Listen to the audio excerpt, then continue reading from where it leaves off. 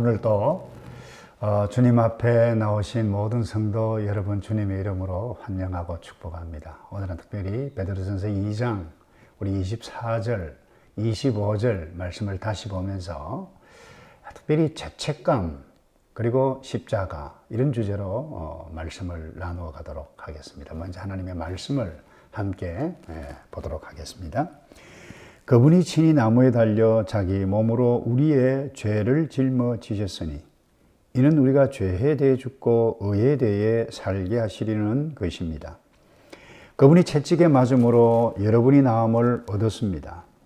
여러분이 전에는 길 잃은 양과 같았으나 이제는 여러분 영혼의 목자 되시며 감독자 되신 분에게로 돌아왔습니다.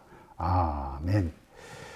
여러분, 죄책감이라고 하는 것은 저 여러분이 어제 실수해서 실수나 죄를 지어서 그 죄 때문에 후회하는 감정을 우리가 죄책감이라 그러죠. 특별히 미국의 아메리칸 인디안은 모든 사람의 마음속에 이 세모난 세조각이 있는데 이 사람이 죄를 지을 때마다 이 세조각이 돈다는 것입니다.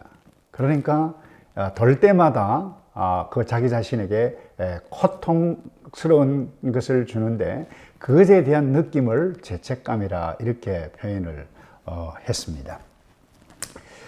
여러분이 우리에게 고통을 주는 죄책감임에 틀림이 없습니다만 이 죄책감을 잘 다루면 나 자신을 하나님 앞에서 돌아보고 또 하나님 앞에 회개해 가고 영적 각성과 회복의 기회가 되어집니다만은 이 죄책감을 잘못 따르면 오히려 자기 자신 부끄러워하고 또 하나님을 두려워해서 하나님을 가까이 가는 것이 아니라 오히려 더 피해가고 그래서 영적인 침체뿐만 아니라 영적으로 함몰되어져 가게 하는 아주 위험한 것일 수 있습니다. 더 나아가 이 정신적인, 이 심리적인 이 압박감 때문에 우울해가는 감정이 계속되어져 가서 아주 파괴적인 모습으로 나타날 수도 있게 하는 이 죄책감 우리가 잘 다루어야 할 것입니다. 바로 그때 우리는 여전히 우리가 지금 계속해서 나누어가고 있는 예수 그리스도께서 십자가 위에 달려 돌아가신 그것을 묵상해야만 합니다. 그래서 사도 베드로가 오늘 베드로전서 2장 24절에 특별히 이렇게 말씀하셨어요.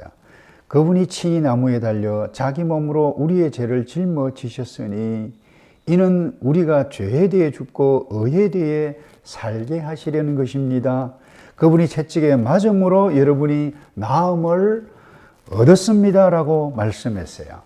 우리가 지난 고난주간 주일 메시지도 말씀을 나누었습니다만 여기 죄에 대해서 죽고라고 하는 의미는 완전히 제거되어져서 제거되어진 그것이 우리에게 그대로 나타났다라고 하는 것을 의미합니다.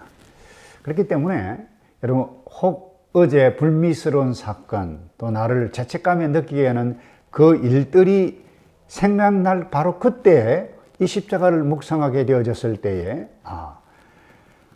죄에 대해서 죽고라고 하는 이 말씀에 집중하고 우리의 시선을 거기에 고정해야만 할 것입니다.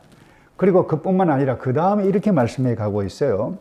그분이 채찍에 맞음으로 여러분이 나음을 얻었습니다. 그러니까 예수님께서 고난을 당하신 그 결과로 우리에게 임하는 영향이 어떤 것인지를 말씀하는데 그것이 나음을 얻었다라고 하는 말씀이에요. 이 데오도르라고 하는 학자는 이 의사가 희생을 당하고 환자가 치료를 받는 이상한 치료 방법이다. 이 본문을 두고 그렇게 이야기를 하기도 했습니다. 여러분 사실 이 말씀을 기록한 사도 베드로 여러분이 아시다시피 예수님께서 신문을 받으시고 어떻게 보면 인간적으로 가장 힘들고 외로울 그때 그 곁에 있었어요. 종 하나가 묻습니다. 너 저 예수를 아느냐? 그때 나 모릅니다. 아느냐라고 물었을 때 또다시 나 진짜 모른다. 또 세 번째 물었습니다. 모르느냐? 난 정말 모른다. 이렇게 3번씩이나 부인했던 이 베드로. 어떻게 보면 그에게는 치명적인 아픔이고 실수이고 그거 생각하면 죄책감이 막 나타나게 되어질 것입니다. 그럼에도 불구하고 이 베드로는 이 가룟 유다와 달랐던 이유가 어디에 있습니까? 오늘 바로 이 부분입니다. 예수님께서 십자가에 행하셨던 그 일을 묵상하고 고정했기 때문에 간증과 같은 말씀을, 진리를 말씀해 가고 있는 것입니다.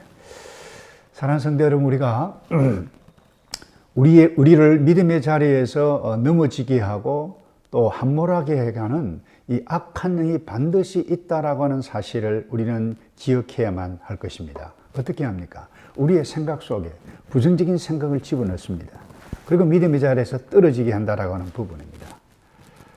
종교개혁자 마틴 루터 아주 유명한 일화가 있죠. 힘들고 어려워서 심신이 약해져 있었습니다. 침상에 누워 있었습니다. 그때 어느 순간에 마귀가 달라들었어요. 마귀가 이 마틴 루터 앞에 와서 큰 책, 두루마리로 된 것을 쫙 펼쳐보았습니다. 읽어보아라고.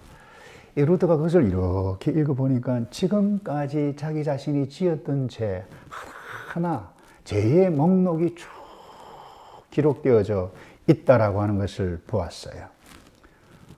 실망할 수밖에 없었고 좌절할 수밖에 없었습니다. 바로 그 순간에 아주 유명한 말을 합니다. 루터가 내가 잊어버린 것이 한 가지 있었네. 예수님께서 이 모든 죄를 십자가 위에 다 제게 넣으셨다라고 하는 사실을 내가 잊어버렸네. 이 말을 하는 순간 마귀가 도망가 버렸다라고 하는 아주 유명한 일화가 있습니다. 여러분, 예수님께서 십자가 위에서 행하셨던 일 이렇게 위대합니다. 예수님께서 저와 여러분이 어제 지었던 죄책감에 빠지게 하는 그 죄악들, 그 죄를 위해서도 예수님께서 죽으시고 완전히 제거하시고 우리를 새롭게 하셨다라고 하는 말씀을 우리는 잊어서는 안 될 것입니다. 특별히 이 베드로서 2장 오늘 읽었던 이 말씀은 사실 구약 이사야 선지자 53장에 나타난 말씀을 인용한 것입니다. 그 말씀이 이렇습니다.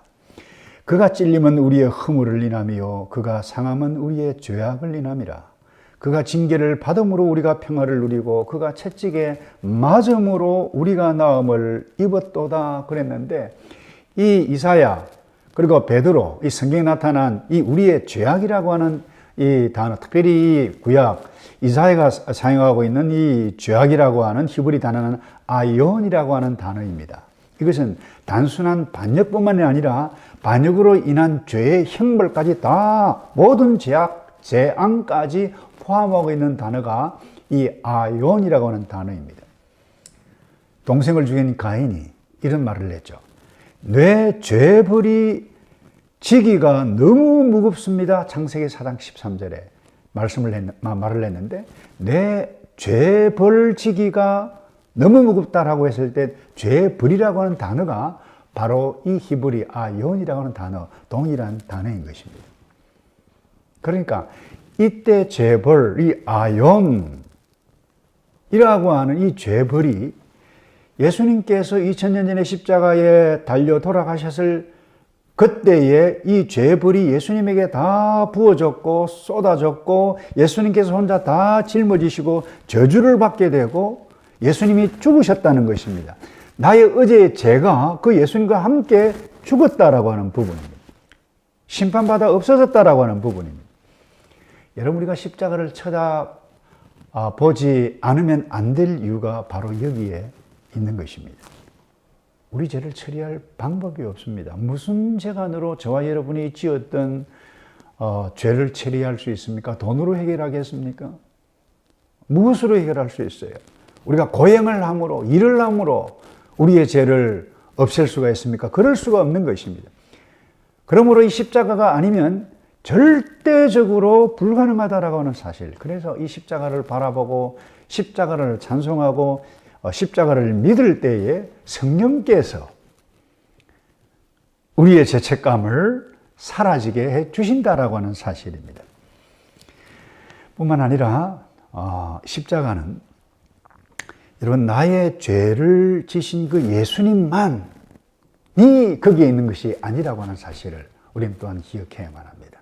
그 십자가 위에서 십자가 예수님께서 죄를 다 지심으로 우리를 위해서 의의 옷, 그리스도의 옷을 다 준비하여 주셔서 우리에게 입히시는 그 일이 이 십자가에 나타나 있다라고 하는 사실을 볼 수 있어야만 합니다.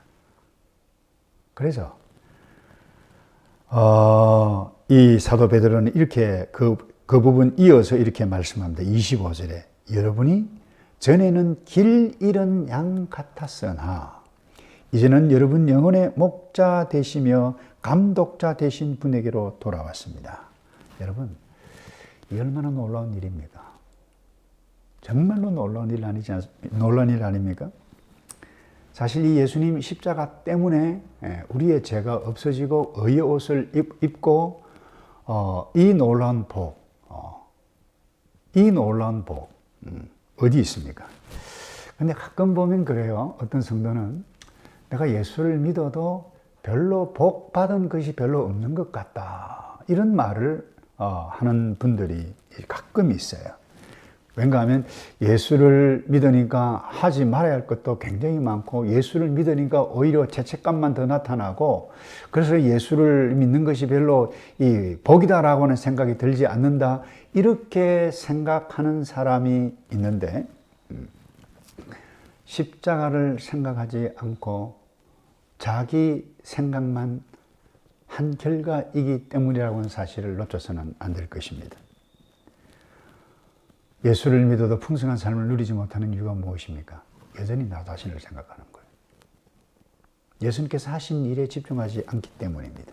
그래서 이제 이 십자가를 바라보고 이 십자가를 생각하고 십자가를 묵상하고 십자가를 딱 쳐다보게 되실 때 나를 못살게 굴고 나를 힘들게 하는 그 죄책감 성령께서 임하셔서 자유를 얻게 해주시는 이 놀라운 삶을 누려가는 저와 여러분 되기를 주님의 이름으로 축복합니다.